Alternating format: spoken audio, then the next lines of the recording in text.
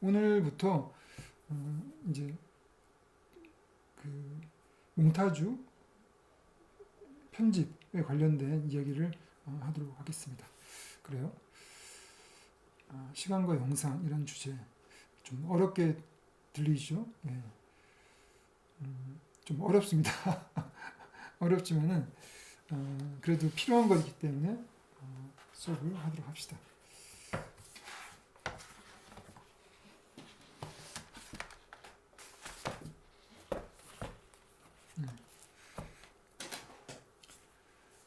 음,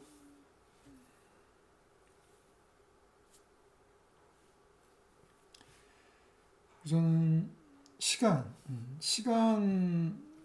이제 이게 어렵다고 한 것이 바로 이제 시간 때문에 그래요. 시간이라는 개념이 굉장히 어렵죠, 그죠?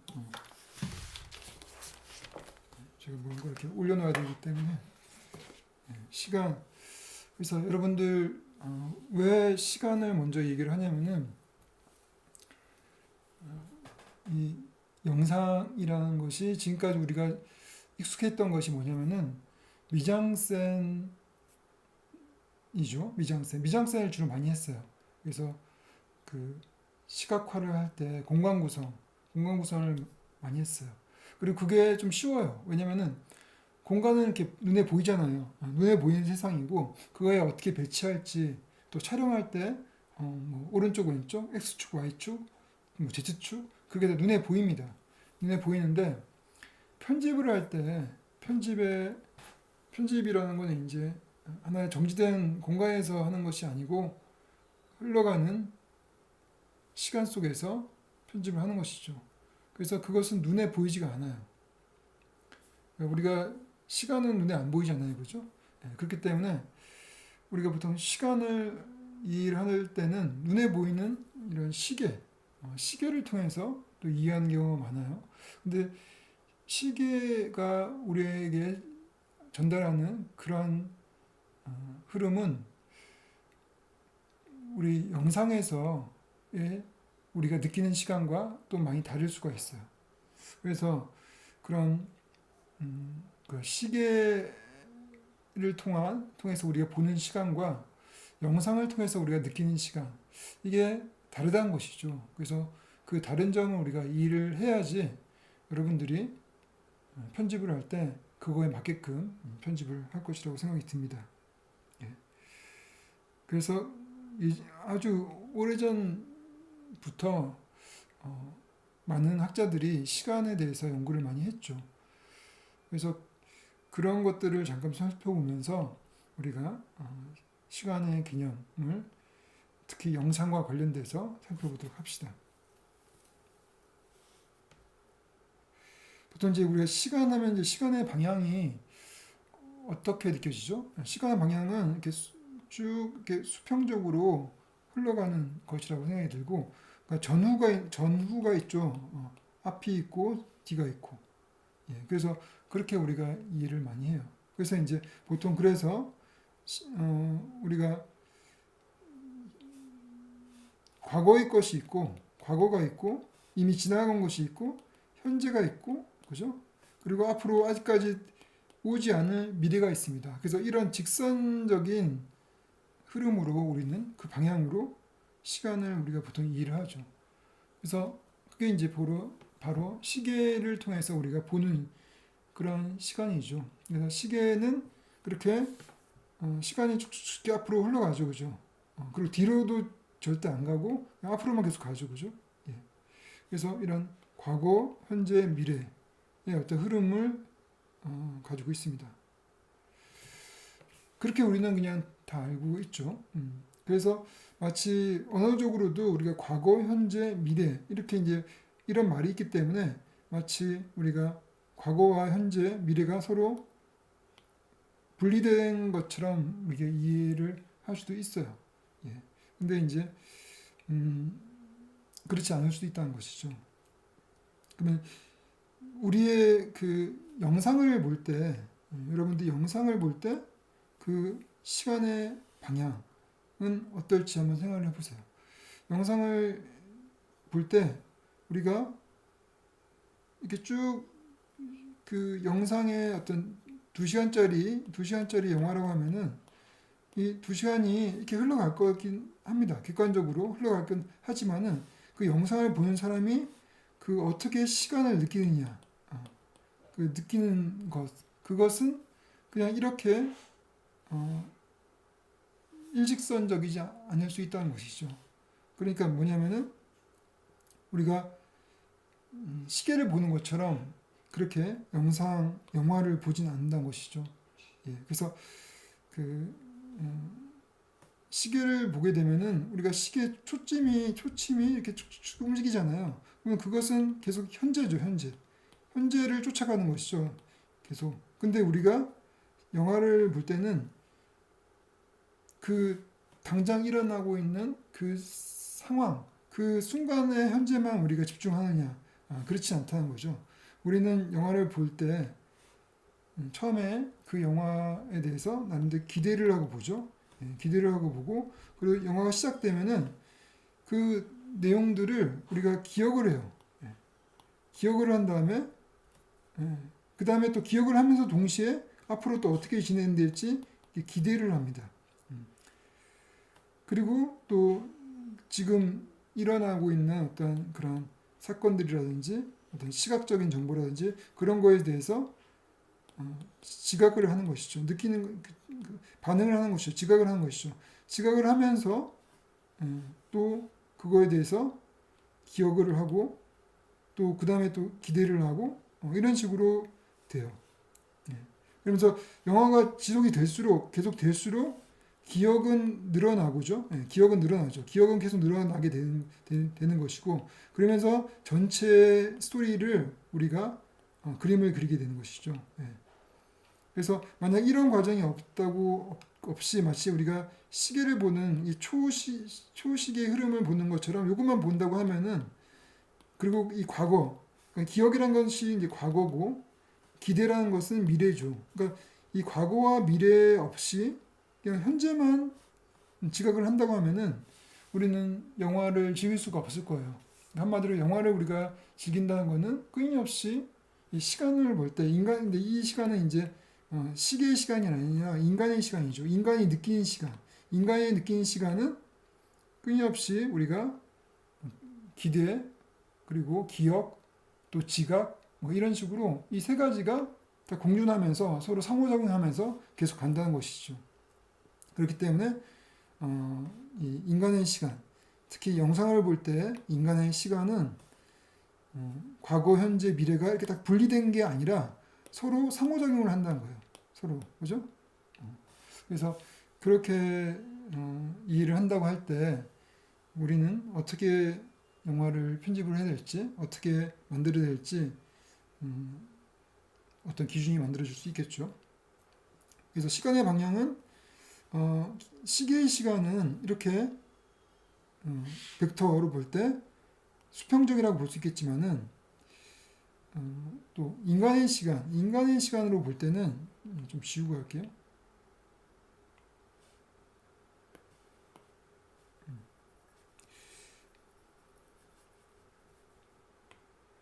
네.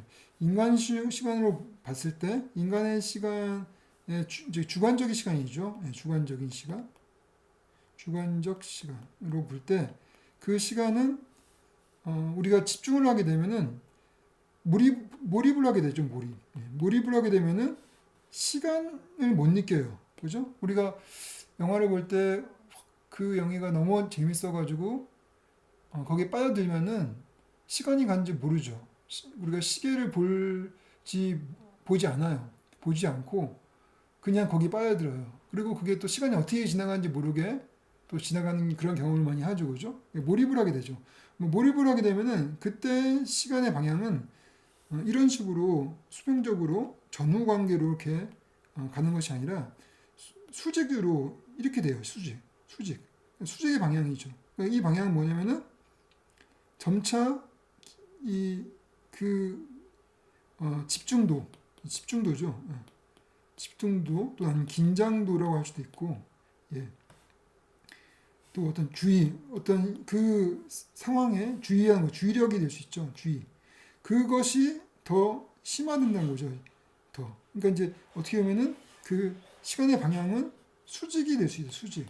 예. 몰입을 한 순간 이런 수평적인 흐름은 사라지고 더 깊이, 그러니까 이게 집중이 이 정도 될 수도 있지만은 굉장히 깊이 될 수도 있고, 예, 그렇게 될 수 있죠. 그러니까 이제 그 집중이 깊을수록 어, 그 시청자가 느끼는 느낌이나 어떤 감정, 또 어떤 경험, 예, 이런 것들은 더 늘어나는 것이죠. 더 풍부해지는 것이죠. 더 강렬해지는 것이죠.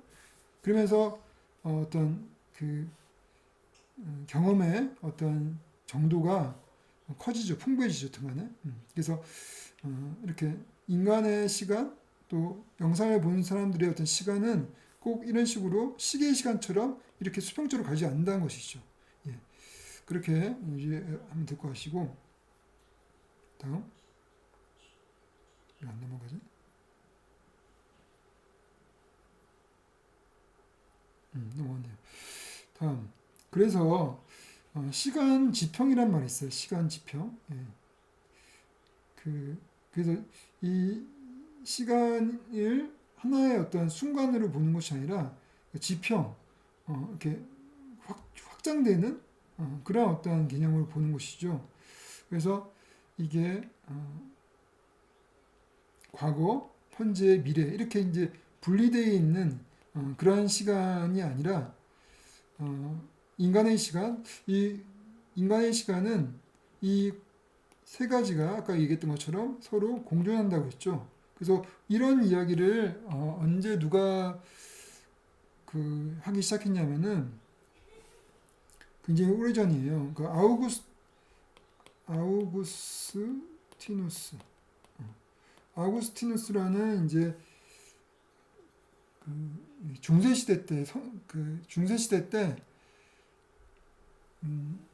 신학자가 됐어요. 굉장히 유명한 신학자예요. 아우구스티누스. 굉장히 유명한 신학자가 시간을 연구를 했어요. 그래서 시간을 연구해서 시간을 이렇게 과거, 현재, 미래 이런 식으로 어떤 그 수평적으로 흘러가는 그런 우주의 시간, 이러한 물리적인 시간 말고 인간이 느끼는 그런 시간을 측정하려고 한 것이죠. 그러니까 이 물리적인 시간은 우리가 뭐 회식이라든지 시계를 통해서 측정이 가능하지만은 인간의 시간은 눈에 보이지도 않고 그게 어디서부터 됐는지 그 이해가 되지 않죠, 그죠? 예. 그런데 그 아우구스티누스는 그래서 연구를 해서 그러한 인간의 시간을 뭐라고 얘기했냐면은 이 과거, 현재, 미래를 분리를 하는 것이 아니라 모든 게 다 현재다. 다 현재다라고 얘기해요. 모든 게 현재. 어떤 현재냐면은 과거의 현재고 현재의 현재고 미래의 현재예요. 그러니까 우리가 보통 생각하는 과거도 그냥 이미 지나간 것이 아니라 현재 시점에서 느껴지는 과거죠. 그러니까 그 과거는 현재와 연결된 거예요. 그냥 오로지 현재와 관계없는 과거는 없다는 것이죠. 현재 입장에서 바라본 과거가 되는 것이고 미래도 그냥 현재하고 관계없는 미래가 아니라 현재 속에서 내가 느껴지는 미래, 그러니까 현재의 미래가 되는 것이죠. 그러니까 결국은 시간은 다 현재밖에 없다고 보는 거죠. 현재. 그래서 그것도 그렇게 공존, 서로 함께 있기 때문에 겹쳐져 있어요. 그래서 세 겹의 현재라고 해요. 세 겹의 현재. 그리고 그 현재에 뭔가 어떤 주의력을 기울여서 뭔가를 지각하는 순간, 그 순간은 일종의 뭔가를 긴장하는 순간이에요. 긴장. 그러니까 이제 시간이라는 것을 느끼는 게 결국 우리의 몸이잖아요. 몸이죠. 그러니까 몸을 기준으로 잡았을 때 이 우리 몸이 특히 우리 정신이 그 순간을 그 현재를 지각을 할 때 긴장을 하게 됐죠.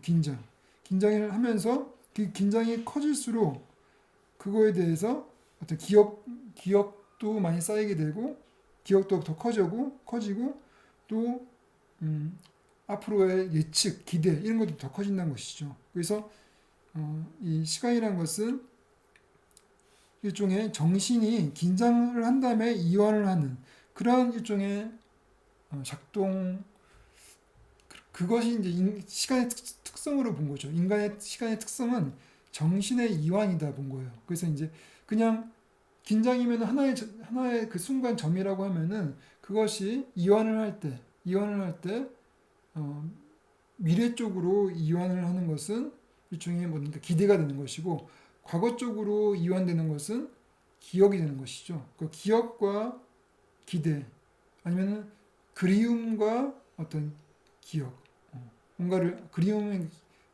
뭔가를 기다리는 것이죠. 뭔가를 기대하거나 기다리는 것이 이제 이 정신적으로 이완을 하는 형태고, 또 뭔가를 기억하는 것도 마찬가지죠. 그래서 그것도 사실 이해하기 저도 어려웠는데 잘 생각해 보니까 말이 좀 되는 것 같기도 해요. 우리가 어떤 순간에 그야말로 어,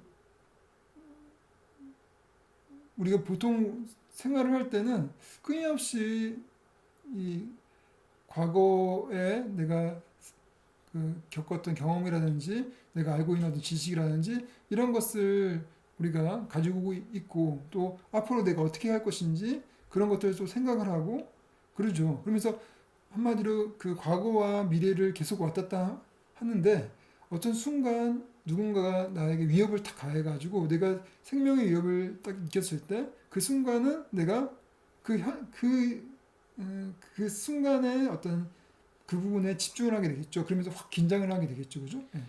근데 그 순간이 이제 풀어지면은 그게 어떤 상황인지 또 생각도 하고, 또 과거와의 비교도 하고, 또 앞으로 이 상황이 있을지 또 생각도 해보고, 그야말로 기대와 기억, 이 두 가지를 또 왔다 갔다 하겠죠. 그러니까 이완되는 것이 이완되면서, 그래서 그런 것을 이제 그 아우구스티누스는 그 인간의 시간의 특성이다라고 얘기했어요.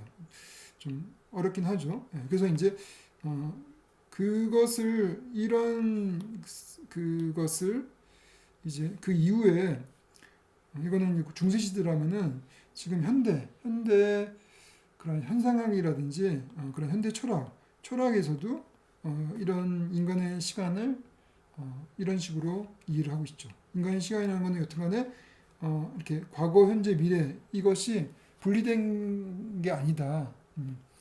우리 인간은 이미 그 과거는 이미 지나가 버렸고, 현재가 있고, 또 미래는 아직 오지 않는 상황, 이런 상황에 항상 있는 존재가 아니라 지금 있는 상황, 어떤 상황이든지 그 상황은 항상 과거와 현재와 미래가 서로 공존되어 있다는 것이죠. 그러니까 지금 내가 어떤 걸 지각을 한다 하더라도 그것이 내가 어떤 기억, 그리고 앞으로의 기대, 이것들이 서로 상호작용하면서 계속적으로 하나의 덩어리로서 간다는 것이죠. 그러니까 분리되어 있지 않다는 거죠. 시간의 개념이라는 것이. 시간의 개념을 우리가 언어로서 과거, 현재, 미래로 분리는 했지만은 실제로는 그게 섞여져 있다는 것이죠. 예, 섞여져 있다. 마치 이제 공간도 제가 지금 이 방에 있지만은 이 방만 존재하는 것이 아니라 옆에 다른 방이 또 존재하는 것처럼, 시간도 이 차원이 다른, 우리가 보통 차원이 과거와 현재와 미래가 차원이 다른다고 하다면은 그게 서로 독립되어 있는 것이 아니라 동시에 있다는 것이죠. 동시에 존재하고 있다는 것이죠. 마치 이 공간이, 여러분의 공간과 나의 공간이 서로 지금 보이지는 않지만은 실제 서로 공존하고 있는 것처럼, 그렇게 시간도 이렇게 수평적으로 있고 없고 한마디로 과거는 이미 지나가서 다시는 안 나타나는 어떤 그런 것이 아니라, 과거는 현재와 연결되어 있다는 것이죠. 그러니까 우리가 그러니까 인간이 말하는 과거, 그거는 이제 물리적인 과거가 아니라, 인간이 말하는 과거는 바로 현재와 현재다. 그러니까 과거의 현재다. 또 미래의 현재다. 현재의 현재다. 그렇게 보는 거죠. 예. 그래서 상호 의존적인 관계다라고 이해를 하시면 될 것 같습니다. 그러면 이제 지금까지 이제 많은 사람들이 시간을 이해를 할 때, 시간을 우리가 눈에 보이지 않는 시간이기 때문에 시간을 눈에 보이는 운동을 통해서 시간을 많이 이해를 했어요. 그래서 A라는 것이 여기서부터 뭐 1km를 움직였다. 얘가 장소 이동이 됐으면은 이게 일종의 운동이잖아요. 이 운동을 통해서 이 그 흘러간 시간을 이해를 한 것이죠. 그래서 지금까지 이제 그 운동이라는 것이 어떻게 보면은 그래서 시간을 우리가 이해하는 중요한 형태가 되는 것이죠. 근데 운동이라는 것이 이 운동도 사실 또 개념이 또 그렇게 쉬운 개념은 아니에요. 그러니까 시간과 운동으로 봤을 때 우선 운동이라는 것은 그 시간은 아까 제가 얘기했던 것처럼 우리가 공간을 차지하고 있지 않죠, 시간은. 근데 이제 운동이라는 것은 공간을 차지하고 있죠, 그죠? 예. 그런데 그 운동도 또 이런 그 많은 학자에 따라서 또 다르게 이해를 하죠. 그래서 예전에 그리스 시대 때 그 제노라는 철학자는 움직임을 그야말로 연속적인 것이 아니라 하나의 전지 상태로 봤어요. 그러니까 화살이 날아간다고 하더라도 여러분들이 제노의 뭐 화살 이런 말 많이 들었을 거예요. 그래서 화살이 날아갈 때 그 화살이 정말로 이렇게 움직인 것이 아니라 실제는 그 무한수의 정지 상태가 있다는 것이죠. 정지 상태. 예. 그렇게 이제 운동을 이해했다고 하면은 이 근대 시기 19세기 이후 철학자 앙리 베르그송 프랑스 철학자죠. 앙리 베르그송은 이 제노의 그런 운동 개념에 대해서 이제 반발을 하면서 그렇지 않다. 이 운동이라는 것은 연속적인 과정이다. 연속적인. 그래서 이게 하나 뚝딱딱 끊어진 이런 그 정지된 과정들이 이어지는 것이 아니라 그야말로 이렇게 연속되어 온 과정이다. 우리가 보통 생각할 때는 이게 너무 당연하다고 보겠죠. 이게 베르그송의 얘기가 너무 당연하다고 생각을 할 거예요. 그런데 앙리 베르그송 이전에 대부분의 학문 그리고 사람들의 개념 자체는 운동의 개념을 제대로 가지고 있지 않았어요. 그건 뭐냐면은 어떤 거든지 연구를 할 때 모든 걸 정지 상태에서 연구를 했다는 것이죠. 정지 상태에서. 그래서 왜냐면 우리가 연구할 수 있고 보고 파악할 수 있는 것은 정지 상태 외에는 거의 불가능했기 때문에 요즘에는 뭐 우리가 영화도 나오고 그런 미디어를 통해서 우리가 연속적인 과정들을 우리가 파악을 할 수 있지만은 영화가 나오기 전, 그러니까 앙리 베르그송이 이제 19세기 후반이니까 영화가 나올 때쯤에 이제 태어난 사람이죠. 그러니까 앙리 베르그송 그 이전의 시대 때는 모든 것들을 연구를 한다는 것은 그게 지식이든 또 무슨 어떤 과학이든 모든 것들이 정시 상태에서 그것을 연구를 했다는 것이죠. 그래서 이제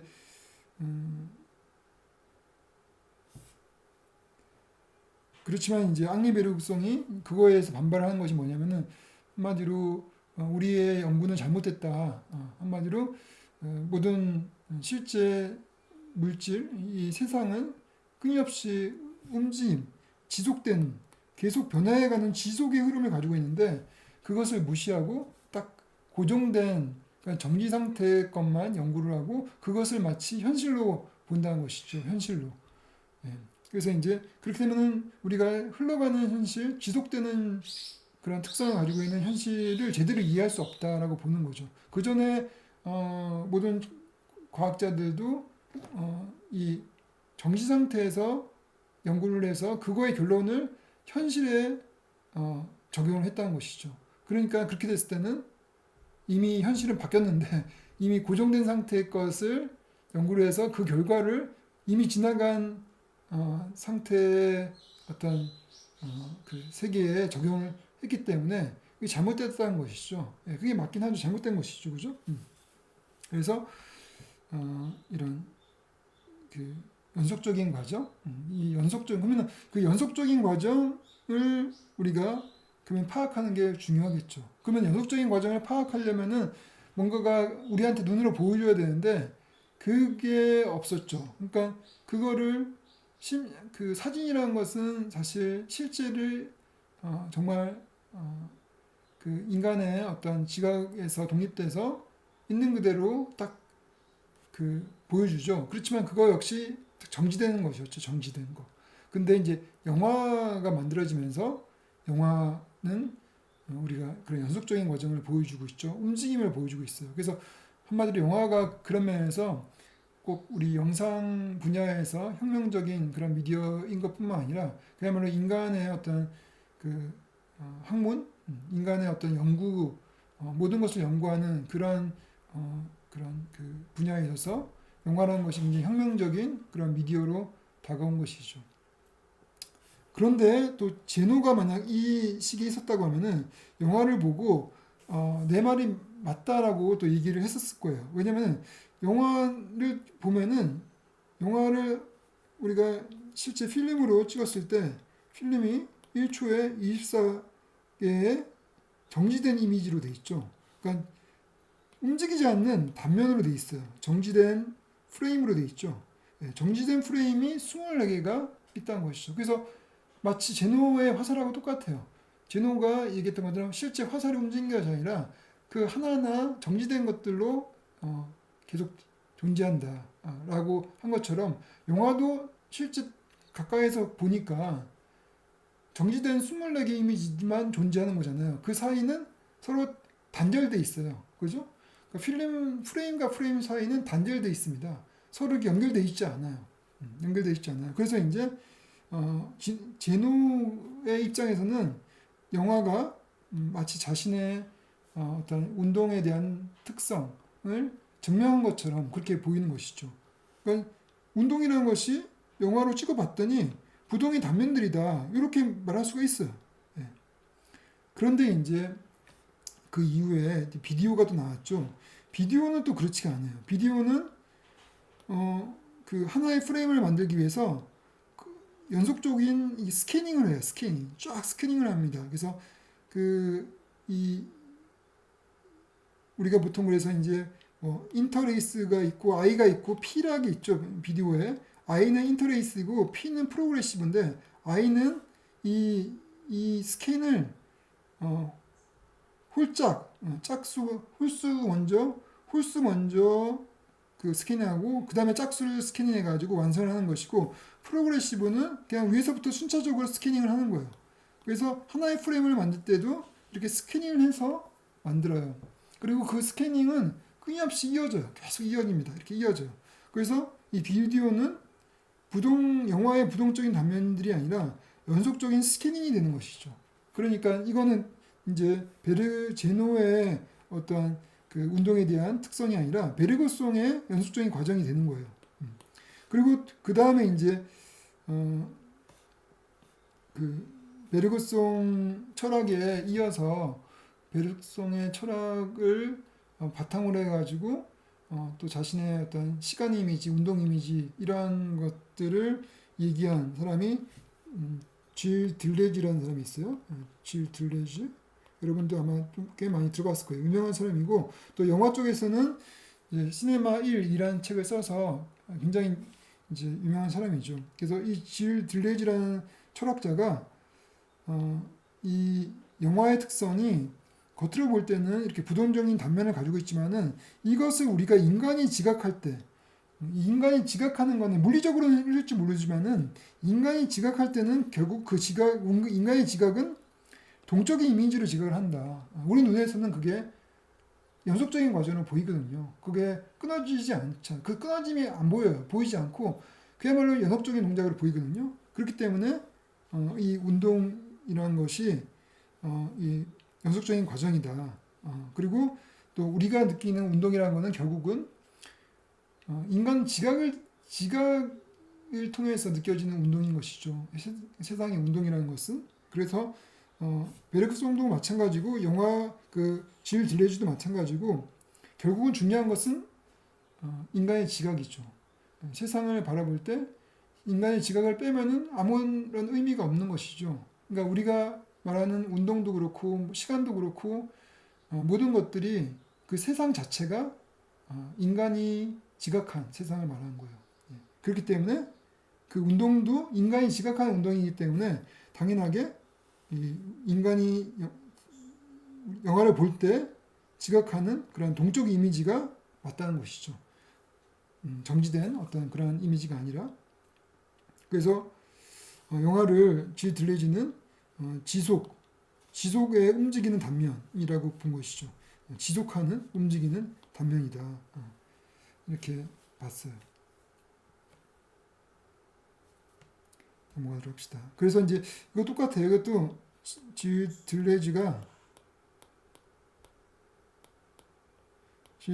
철학자가 시네마 1이라는 책에서 운동 이미지 얘기를 해요. 운동 이미지. 예. 그러니까 운동 이미지는 그 이미지라는 것이 바로 이제 베르그송의 개념과 연결되는데 베르그송은 이미지가 보통 이미지하면 우리가 그 어떤 실제를 이렇게 모방한 것 그게 바로 플라톤의 이미지죠. 플라톤의 이미지는 실제가 있고 그것을 모방한 것을 이미지라고 보는 거죠. 예. 그러니까 이미지는 우리 인간이 실제라고 생각하는 것을 뭔가 그리거나 생각하는 이런 것을 말하는 것 이런 것이라고 플라톤은 봤지만은 베르그송은 이미지가 곧바로 물질 이 세상이라고 본 거예요. 이미지가. 그래서 이제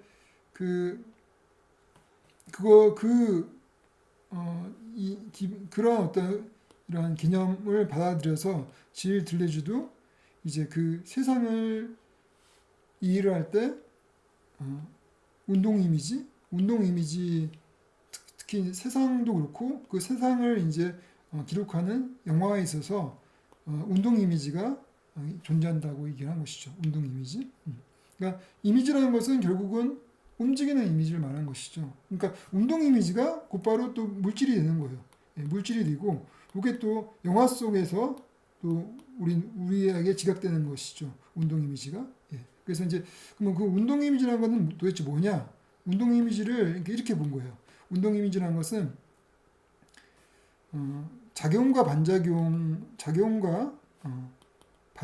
하는 그런 것이 이제 운동 이미지예요. 그래서 세상의 모든 것들이 작용과 반작용을 하죠. 그래서 아메바도 마찬가지고 나무도 마찬가지고 어떤 작용이 있으면은 거기에 대해서 반작용이 있습니다. 그리고 작용이 있는데 반작용이 없으면 그것은 운동이 아니죠. 그냥 고정된 것이죠, 그렇죠?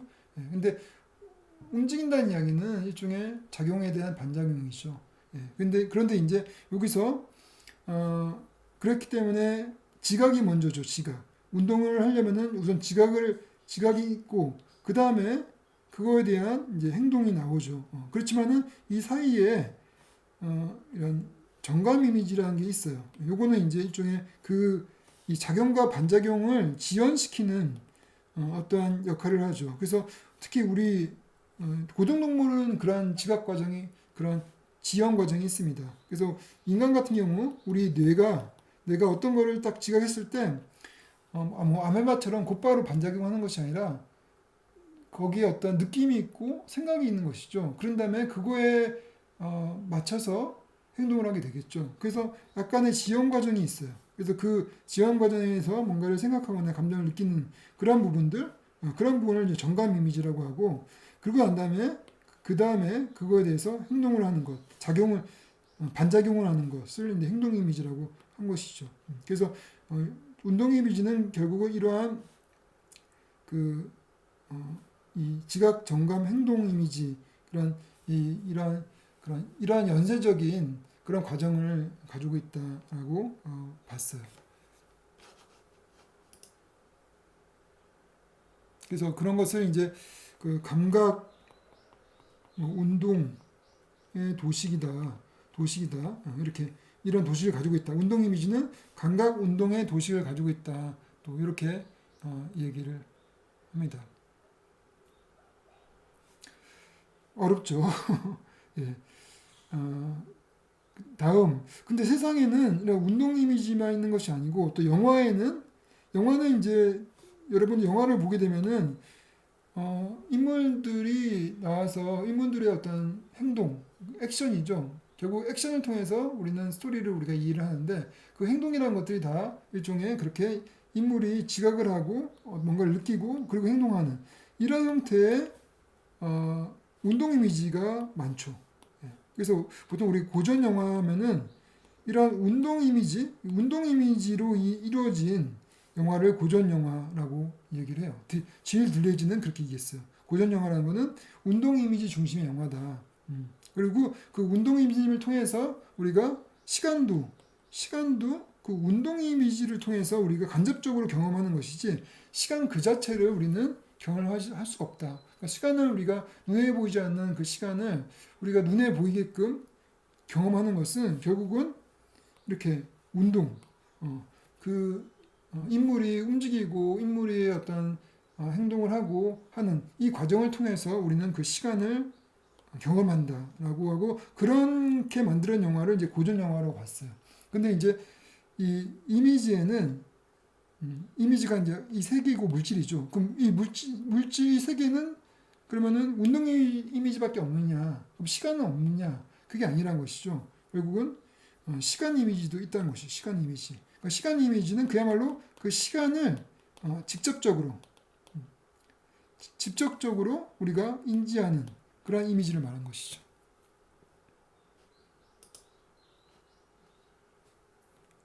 그래서 이제 이것도 질 들리지가 이제 한 이야기예요.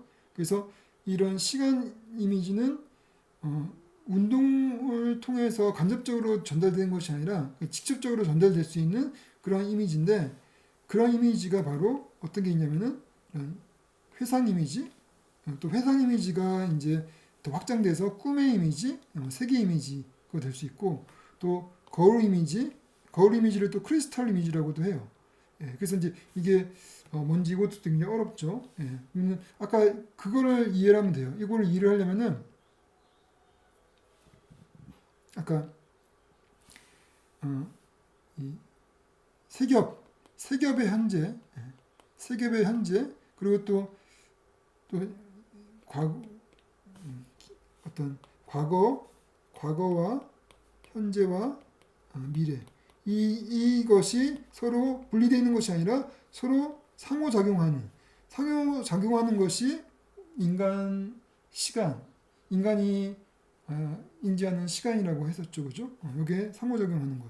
그래서 이제 회상 이미지가 바로 어떤 현재 속에서 과거를 보여주는, 현재 속에서 그러니까 과거의 현재죠. 회상 이미지는 과거의 현재죠. 과거의 현재를 보여주는 것을 회상 이미지라고 할 수가 있어요. 그런 이미지를 보여주는 것이거나 아니면 꿈처럼 우리가 꿈을 꾸게 되면은 어떤 기억 이미지죠. 우리 꿈속에 어떤 기억 이미지들이 있으면은 그런 이미지들이 잠재되어 있다가 꿈속에서 나타나게 되는 것이고 그것이 또 다른 기억 이미지로 또 연결되고 막 그렇게 되는 것이죠. 예, 그런 꿈의 이미지도 있고 또 이 세계의 이미지라는 것은 이러한 어떻게 보면은 그러니까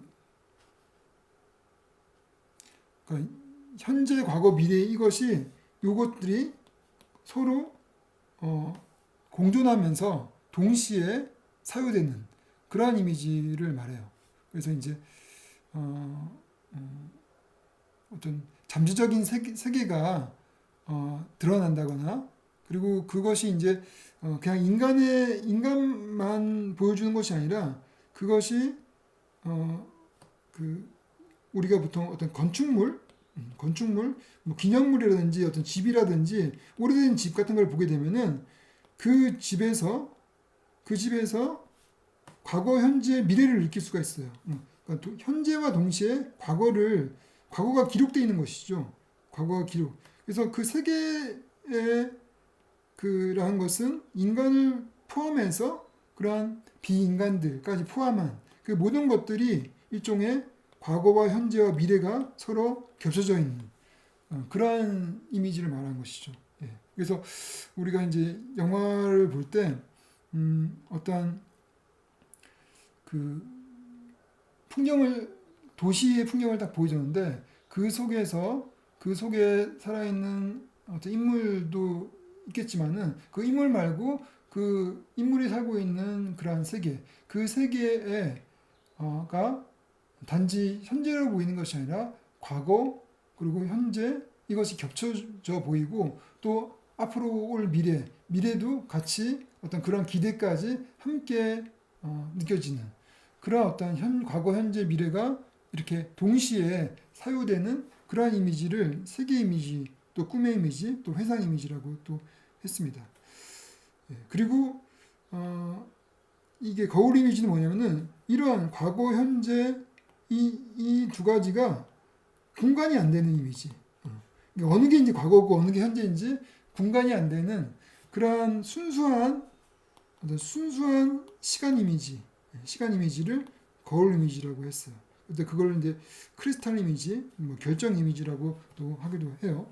그래서 이제 이렇게 그 시간 이미지를 그 이해를 할 수 있을 텐데 이런 시간 이미지가 나타나게 된 것이 이제 영화사에 있어서 제2차 세계대전, 제2차 세계대전이 끝나고 그 다음에 그 이탈리아의 네오 리얼리즘 영화가 만들어지면서 그때부터 시간 이미지가 보여주기 시작했다고 하면서 뒤에 들려지는 2차 세계전 이후 네오 리얼리즘 이후부터 현대 영화가 시작됐다. 그러니까 현대 영화라는 것은 시간 이미지를 보여주는 영화고 고전 영화라는 것은 운동 이미지를 보여주는 영화다. 이렇게 본 거예요. 물론 그렇게 이제 보지 않는 학자들도 있겠지만은 제일 들려지는 그렇게 현대 영화를 그렇게 정의를 했어요. 나름대로 제2차 대전 이후에 시간 이미지를 보여주는 그런 영화. 그러니까 시간 이미지를 보여준다는 것은 그렇게 이제 그런 아까 얘기했던 그런 운동 이미지, 그런 감각의 연쇄과죠. 그러니까 작용과 반작용의 그런 어떤 영화, 그런 것들을 주로 보여준 영화가 아니라, 그러니까 그런 영화들은 이제 일종의 그 어떤 인과성이 굉장히 강하죠. 그래서 이제 인물이 있다고 하면은 그 인물이 어떤 이유에 의해서 어떤 행동을 하게 되고 또 그거에 또 다른 반작용에 의해서 또 반작용을 하게 되면서 계속 그렇게 서로 이어지면서 스토리가 만들어지고 그것은 그런 어떤 흐름이라는 것은 일종의 원인과 결과가 굉장히 뚜렷한 이미지고 그리고 그것은 굉장히 이제 직선적이고 상투적인 그러한 어떤 흐름이란 것이죠. 근데 그러한 흐름이 이제 어떤 운동 이미지의 어떤 영화라고 본다고 하면은 시간 이미지는 그러한 어떤 원인과 결과 이런 작용과 반작용이 뻔한 것이 아니라 그것이 어떻게 될지 아직 모르는 그러니까 이제 특히 회상 이미지라든지 거울 이미지는 아직까지 일종의 그런 잠재된 이미지로서 이게 어떻게 반작용을 어떻게 할지가 아직 나오지 않은 거예요. 어떻게? 그래서 이제 곧바로 그 인물이 어떤 행동을 하는 것이 아니라 행동을 하지 않고 그냥 관조를 한다든지 그냥 여행을 다닌다든지 그래서 그 상황이 앞으로 어떻게 튈지 아무도 모르는 그런 잠재적 그런 상황.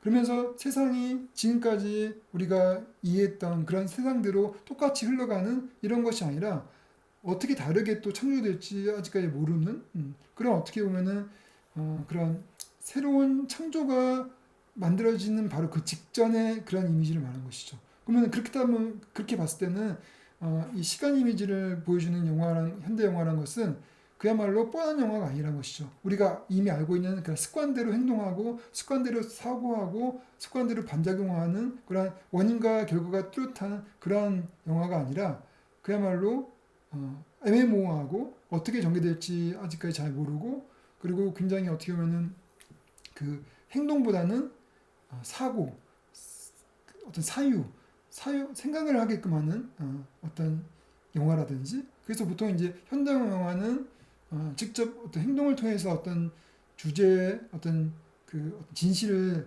전달하는 그런 영화가 아니라 그야말로 있는 그대로의 어떤 인물들을 보여주는 통해서 그 인물이 그 뚜렷하게 어떤 목적을 향해서 또 원인과 결과에 의해서 행동하지 않는다 하더라도 그들의 어떤 그 우유부단하거나 아니면은 방황하는 그러한 있는 그들의 모습을 통해 가지고 앞으로 어떻게 될지 관객들이 그런 잠재적인 미래에 대해서 생각하게 하는 그런 영화를 이제 현대 영화 또 시간 이미지 영화라고 얘기를 합니다. 오케이. 마치 오늘 뭐 영화 수업 시간처럼 돼버렸는데 지나가도록 하겠습니다. 이제는 이제 주일 딜레지가 아니라 우리 교재 그 허벌트 제틀이 이제 쓴 내용을 보도록 합시다. 허벌트 제틀도 그래서 이 영화 우리 이 영상에서는 이런 시간의 어떤 우주의 시간 또 객관적인 시간 그 시계로 보는 시간 그러한 시간이 아니라 인간의 시간이 이제 중요하다고 얘기했어요. 그래서 그 인간의 시간의 벡터는 아까 얘기했던 것처럼 이렇게 과거에서 현재에도 미래로 이렇게 흘러가는 이러한 수평적인 것이 아니라 이런 수직적인 그러한 벡터라고 얘기를 하면서 그 수직적인 벡터, 이 수직적인 벡터의 그 깊이가 어떻게 달라지냐면은 이 세 가지에서 달라진다고 해요. 그래서 이것은 이제 이것을 어떻게 하냐에 따라서 관객의 몰입도가 이렇게 깊어질 수도 있고 낮아질 수도 있다는 것이죠. 예. 그럼 그 몰입도, 주관적인 시간의 벡터를 강하게 만드는 것, 그런 몰입도를 강하게 만드는 그 요소의 세 가지 요소를 이렇게 봤어요. 상황의 강도, 상황의 밀도, 경험의 강도. 그래서 상황의 강도는 그러면 그 상황 자체가 강렬한다는 것이죠. 그래서 이제 예를 들어서 어떤 상황이 그냥 누가 아이스크림 먹고 있는 거를 이렇게 보여주는 이런 상황이 있고 어떤 사람이 아이스크림 고문을 시키는 그래서 아이스크림을 계속 먹여서 그 사람을 죽게 만드는 그런 상황이 있다고 하면은 어느 게 더 몰입도가 높겠어요. 예. 당연하게 이제 그 후자가 되겠죠, 그죠? 예. 또 아니면은 고양이가 한 마리 쓱 지나가는 그런 상황이 있고 아니면은 호랑이 여러 마리가 호랑이 뭐 열 마리가 확 앞으로 지나가는 그런 상황이 있다고 하면은 당연히 후자가 더 몰입도가 높겠죠, 그죠? 예. 그래서 상황의 강도가 높을 때 또 상황의 밀도라는 거는 뭐냐면은 동시에 그 다양한 정보를 가지고 있던 것들이 많이 나올 때, 그러니까 같은 10분이라도 그 10분의 시간 동안 A, B만 보여준다고 하면은 그 상황의 밀도가 낮겠지만은 A, B, C, D, E, F, G까지 쫙 많은 것들이 쫙 나온다고 하면 짧은 어떤 그 짧게 짧은 숏들 통해 가지고 이렇게 보여준다고 하면은 이 10분이 A, B만 보여주는 10분보다 훨씬 더 밀도가 높다는 것이죠. 예. 그래서 이제 이렇게 우리 특히 광고 보통 다큐보다는 광고가 상황의 밀도가 높죠. 그래서 광고가 좀 더 집중이 잘 되죠. 집중이 잘 되게끔 만든 게 광고죠, 그죠? 예. 그래서 15초짜리 광고하고 뭐 2시간짜리 다큐멘터리에 거기서 15초짜리하고 차이가 많이 나겠죠, 그죠? 예. 그래서 이 상황의 밀도에 의해서 또 몰입도가 높아질 수 있고 경험의 강도는 뭐냐면은 같은 상황인데 그 상황이 나와 밀접하게 연결됐을 때, 그러니까 만약 뭐 아프리카에서 그 물소가 확 지나가는 거는 상황이 강도가 높긴 하지만은 우리 집 앞에 고양이 지나가는 것보다 상황의 강도가 높긴 하지만은 그죠? 그렇지만은 만약 우리 집 고양이가 예를 들어서 어떤 그 강아지를 우리 집 고양이가 어떤 고양이를 되게 싫어하는 어떤 사람에 의해서 학대를 당하는 걸 볼 때 그때는 엄청난 몰입이 되겠죠. 왜냐면 내가 좋아하는 고양인데 누군가 내 고양이를 막 때리고 있다 하면은 그때는 그 경험이 엄청나게 세져지는 거죠. 예. 그래서 몰입이라는 게 이제 그렇죠. 몰입이라고 이야기가 좀 어폐가 있네요. 하여튼 거기에 완벽하게 그 그거 외에는 생각을 못 하겠죠. 예, 그게 빠져서 그죠? 예, 그래서 구출하러 막 달려가겠죠. 여튼간에. 하여튼 그렇게 된다면 뭐냐면 여러분들이 이제 영상을 만들 때도 이런 인물을 그 인물의 어떤 행동 또 인물의 어떤 시간 이런 것들을 보여줄 때 그 인물이 여러분 시청자의 경험과 일치될 때 나도 저런 경험이 있고 나도 저 상황이 돼본 적이 있어 나도 저 상황이 되면 어떡할까 이렇게 감정이입이 될 수 있는 그런 상황을 만들게 되면 경험의 강도가 높아지겠죠. 그러니까 딴 나라 얘기 예, 뭐 이렇게 나하고 관계없는 이야기 문화 이야기를 해버리면은 관심이 없게 되겠죠. 그죠? 예, 그래서 이제 그런 경험의 강도라든지 아까 얘기했던 이건 상황의 강도 상황의 밀도 이런 것들은 이제 그야말로 그런 경험과 관계없이 어떤 그 화면의 어떤 풍부함이라든지 화면의 어떤 밀도라든지 그리고 시각적인 그 에너지가 높을수록 그러니까 시각적인 에너지가 높을수록 상황의 강도가 높아지는 것이고 그 시간 그 에너지가 높은 것들이 집약적으로 막 몰려져 있으면은 밀도가 높은 것이고 그것이 나와 시청자와 밀접하게 연결되어 있으면 경험의 강도가 높은 것이고 이런 식으로 해서 주관적 시간의 벡터를 더 강하게 만들 수 있다는 것이죠. 그렇겠죠? 예.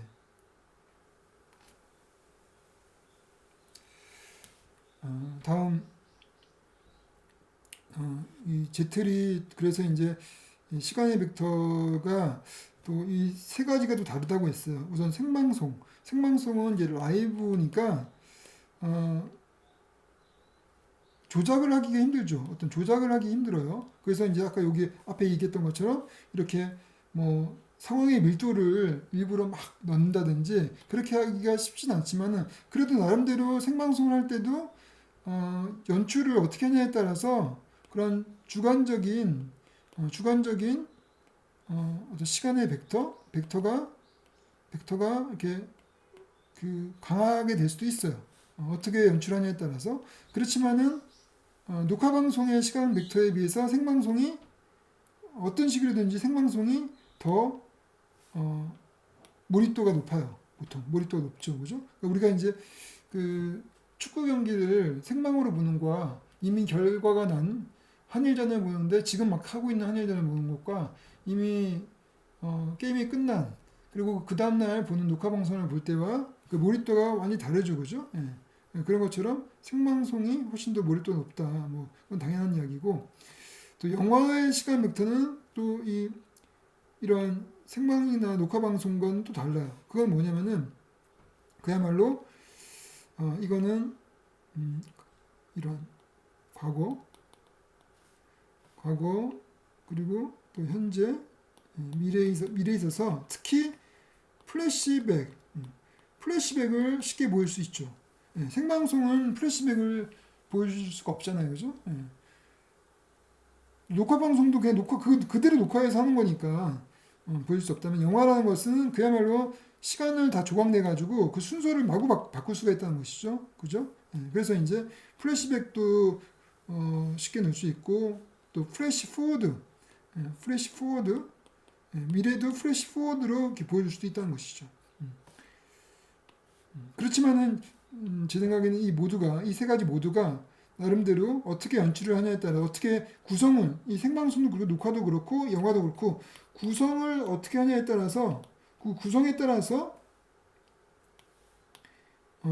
시청자들의 어떤 그런 시간의 그 반응, 시간의 지각 이것이 결정된다는 것이죠. 어떻게 구성하냐에 따라서. 그래서 어떻게 구성하냐에 따라서 기대를 하게끔 궁금하게끔 만들거나 또 어떻게 만드냐에 따라서 그 정보를 잘 기억하게 만든다거나 그래서 정보를 잘 기억하게 해가지고 기대를 더 크게 한다거나 그러면서 서로 상호작용을 하게 되면서 점차적으로 그 속에 하나의 스토리를 뚜렷하게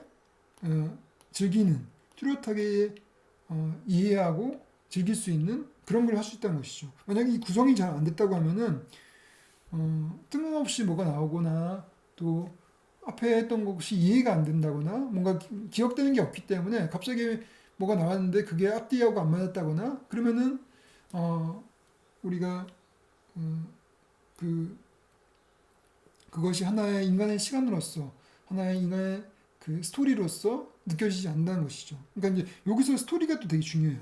그러니까 스토리가 뭐냐면은 결국은 스토리가 인간의 시간을 말하는 거예요. 인간의 시간을 기록한 것이 스토리예요. 예. 그것이 인간의 시간이라는 것이 아까 얘기했던 것처럼 시계의 시간처럼 그렇게 직선적으로 간다는 것이 아니라는 것이잖아요. 그래서 우리가 보통 말하는 그 스토리라는 것은 이 구성 자체가 뒤죽박죽 된다 하더라도 그것이 인간의 시간이 될 수가 있다는 것이죠.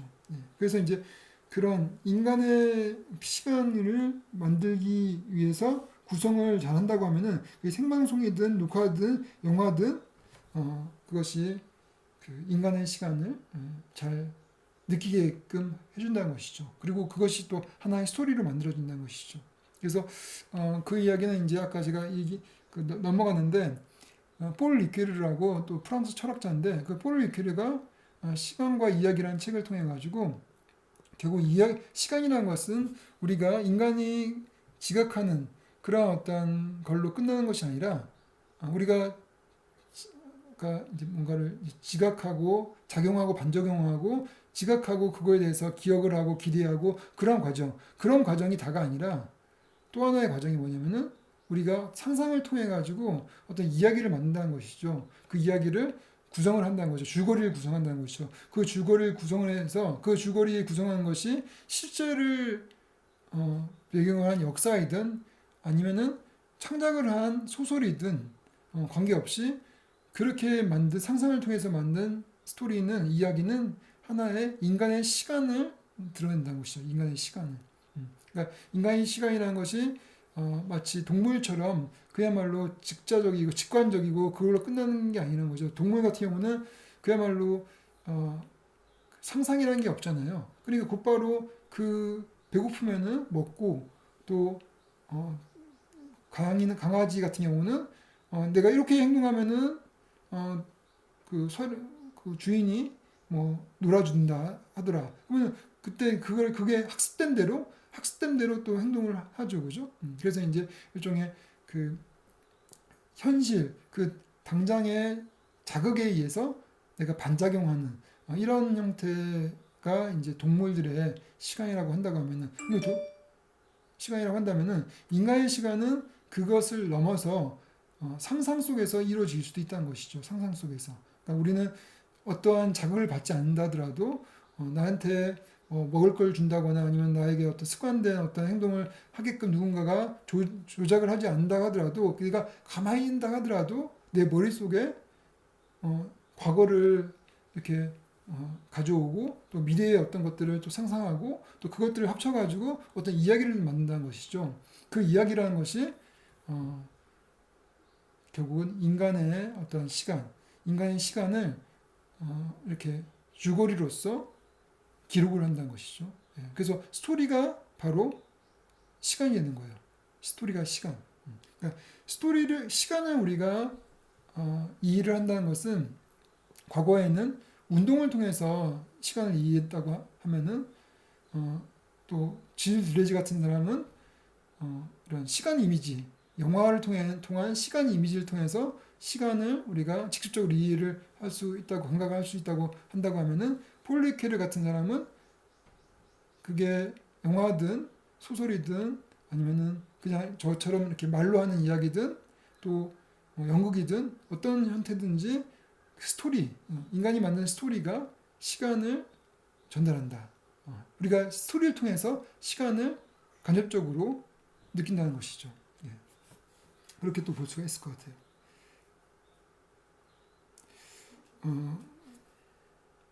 그래서 이제 객관적 시간은 아까 얘기했던 것처럼 시계의 시간을 말하는 것이고, 이게 이제 영상에서는 주관적 시간만 있는 것이 아니라 또 당연하게 객관적인 시간이 있죠. 그래서 진행 시간은 이제 그 영화로 볼 때 러닝 타임을 말하는 거죠. 러닝 타임.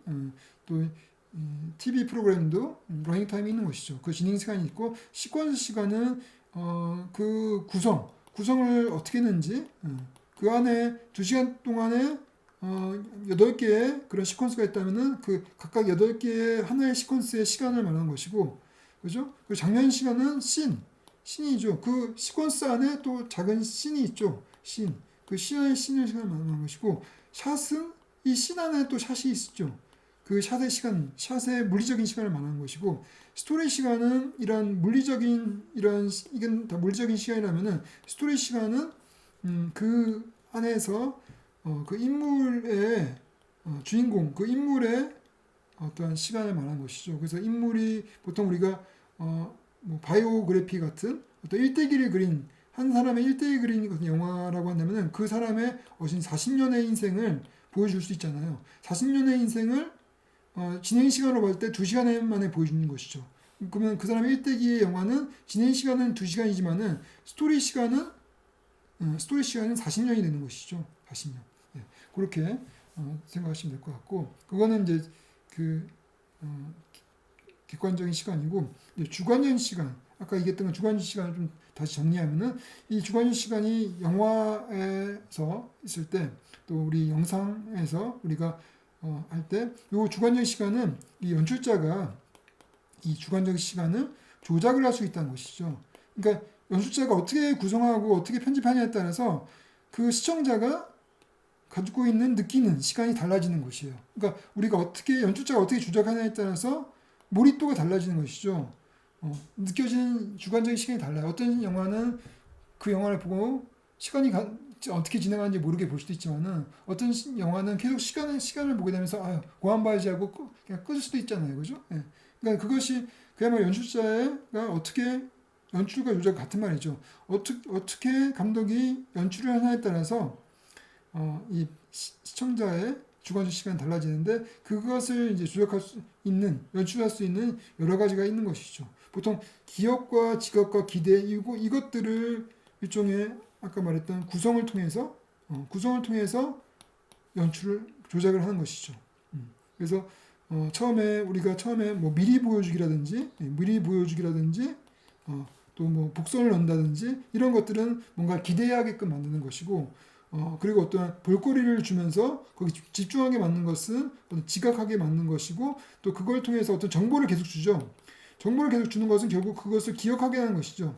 기억을 통해서 또 그 정보가 기억되면서 결국은 또 새로운 것들을 예측하고 기대하게끔 만들게 되는 것이죠. 그러니까 한마디로 그 영화의 구성이라는 것은 플롯이라는 것은 결국 인간의 주관적 시간, 이 기억과 직업과 기대 이것들을 서로 상호작용하게끔 만들어주는 그러한 것들을 말한 것이고, 그것이 바로 이제 그 영화 속에서 긴장과 이완의 과정이죠. 그래서 뭔가 우리가 관객이 긴장했다는 것은 뭔가를 기대한다는 얘기죠. 기대하고 집중한다는 것이죠. 모두 집중하게 되면서 앞의 이야기를 기대하고 또 과거의 것들을 기억하고, 그러면서 또 긴장과 이완이 계속 되는 것이죠. 이완을 할 때 또 지금까지 봤던 것에 대해서 한번 정리를 하게 되는 것이고, 또 앞으로 어떻게 전개될지 또 예측을 하게 되는 것이고, 또 어떤 굉장히 급박한 상황에서는 또 긴장하게 되는 것이고, 그래서 긴장과 이완이 서로 계속 왔다 갔다 하게 되면서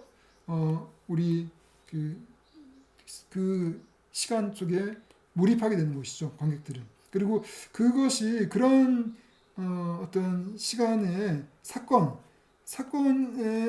전개될 때 그것이 주관적 시간적으로 봤을 때 그 사건이 굉장히 빠르다고 느껴지면은 빠른 페이스고, 느리다고 느껴지면 사건 전개가 그렇게 느려, 이렇게 되면 느린 페이스가 되는 것이고, 그러니까 이 페이스도 결국은 주관적 시간에 관련된 것이죠. 그리고 리듬도 마찬가지죠. 그러니까 리듬도 어떻게 편집하느냐에 따라서 리듬이 달라지죠. 그죠? 그래서 리듬이 또 시청자가 가질 수 있는 그런 어떤 템포죠. 템포. 그리고 또 플래시백과 플래시 포워드도 마찬가지죠. 아까 얘기했던 것처럼. 그리고 시간 이미지, 질 들레지가 말했던 그 시간 이미지, 이게 이 과거와 현재 이 두 가지가 동시에 서로 섞여져 있을 때, 혼합되어 있을 때, 그런 어떤 시간 이미지, 그런 시간 이미지를 보여줄 수 있다는 것이죠. 영화를 통해 가지고. 근데 요거는 어떤 현대 영화에 있어서 주로 보여주는 것이기 때문에 사실 우리한테 익숙하지가 않아요. 우리가 시간 이미지를 많이 제대로 보여주는 그런 영화를 보통 안 즐겨요. 우리가 넷플릭스에서 보는 또 헐리우드 영화의 대부분 영화들은 아까 말했던 그 고전 영화, 고전 서사, 고전 영화라고 볼 수가 있어요. 질 릴레즈가. 그래서 운동 이미지 위주로 시간이 흘러가요. 그야말로 액션과 리액션, 그 작용과 반작용 이런 형태로, 그리고 우리가 익히 알고 있던 그런 방식으로 이야기가 흘러가죠. 그렇기 때문에 그 속에 어떤 그 잠재된 이미지, 이게 어떻게 진행될지 애매모호한 그런 이미지, 이런 것들이 거의 없습니다. 그러니까 우리에게 시간 이미지는 굉장히 낯선 이미지가 돼버리고, 보통 시간 이미지를 보여준 영화들은 우리가 보통 그냥 느리고, 그리고 애매모호하고, 그리고 도대체 무슨 얘기하는지 모르는 약간 그런 어려운 영화로 우리는 이해를 해요. 근데 그걸 어렵게 이해하는 이유는 뭐냐면은 상투적이지 않아서 그래요. 상투적이지 않고 우리가 뻔히 알고 있는 원인과 결과 그 인과성에서 흘러가는 게 아니라 그렇게 낯설게 막 낯설게 흘러가기 때문에 그 영화가 어렵게 느껴지는 것이죠. 그리고 그렇기 때문에 안 좋아하고 그래서 결국 안 보게 되는 것이죠. 그러니까 한마디로 우리는 항상 뻔한 이야기, 상투적이고 그리고 원인과 결과가 나름대로 항상 기기적으로 돌아가는 그런 스토리에 익숙해지면서 그런 스토리가 좋은 스토리라고 생각을 하고, 그렇지 않고 어떻게 전개될지 뭔가 창의적인 어떤 새로운 어떤 순간들을 탐구하는 그런 시간 이미지 영화들은 낯설고 재미없게 느껴지는 것이죠. 그래서 결국은 우리의 사고도 그렇고 우리가 경험하는 것도 그렇고 항상 쳇바퀴 돌듯이 비슷한 것만 계속 보고 그걸 느끼고 그걸 좋아하고 그런 흐름으로 계속 갈 수 있다는 것이죠. 그러면 이제 그것이 이제 어떻게 보면은 이런 이 세계의 시간이라는 것이 재미없는 시간, 계속 반복되고 그냥 뻔한 시간으로 될 수 있는, 그거는 우리가 만드는 것이죠. 그래서 우리의 인간의 시간이 재미없고 또 뻔하다 이런 것은 우리가 스스로 만든 것이고 우리가 스스로 그걸 선택한 것이고, 내가 그것이 아니라 새로운 것을 선택하고 또 어떤 그 세상에 없던 어떤 그런 잠재적인 것들을 잘 찾아봐서 거기서 뭔가 새로운 게 나올 수 있도록 그런 것들을 찾아가는 과정, 그것들이 좀 지루하고 우리가 익숙하지 않는 거라도 그런 것들을 자꾸 찾는 이런 세계, 그런 세계에서는 그야말로 그런 새로운 시간이 만들어지는 것이죠. 새로운 시간이 만들어지고 그러면서 새로운 경험을 하게 되고 또 새로운 것이 창조되는 그러한 시간으로 만들어지게 되겠죠. 우리가 모든 사람들이 그렇게 상투적인 것만 즐기고 뻔한 것들만 우리가 보게 된다고 하면은 세상의 어떤 발전은 문화적인 발전은 없는 것이죠. 우리가 개와 고양이나 크게 다를 바가 없어질 수 있다는 얘기죠. 근데 인간이 그렇게 되지 않는 것은 그야말로 아까 얘기했던 그런 창조적인 순간, 뭐가 어디서 튈지 모르는 그 잠재 속에서 새로운 가능성이 나오는 그런 순간들에 대한 욕구, 그것들을 좋아하는 사람들, 그런 문화가 있기 때문에 또 가능하다고 생각이 듭니다. 예. 오늘은 이제 시간이 너무 많이 됐기 때문에 여기까지 수업을 하도록 하겠습니다. 그래서 오늘 주로 이제 우리가 편집을 할 때 주로 편집이라는 것이 이제 인간의 시간을 다루는 거기 때문에 도대체 인간의 시간이라는 게 무엇인가, 그것을 오늘 살펴봤습니다. 그래요. 그러면 수고했습니다.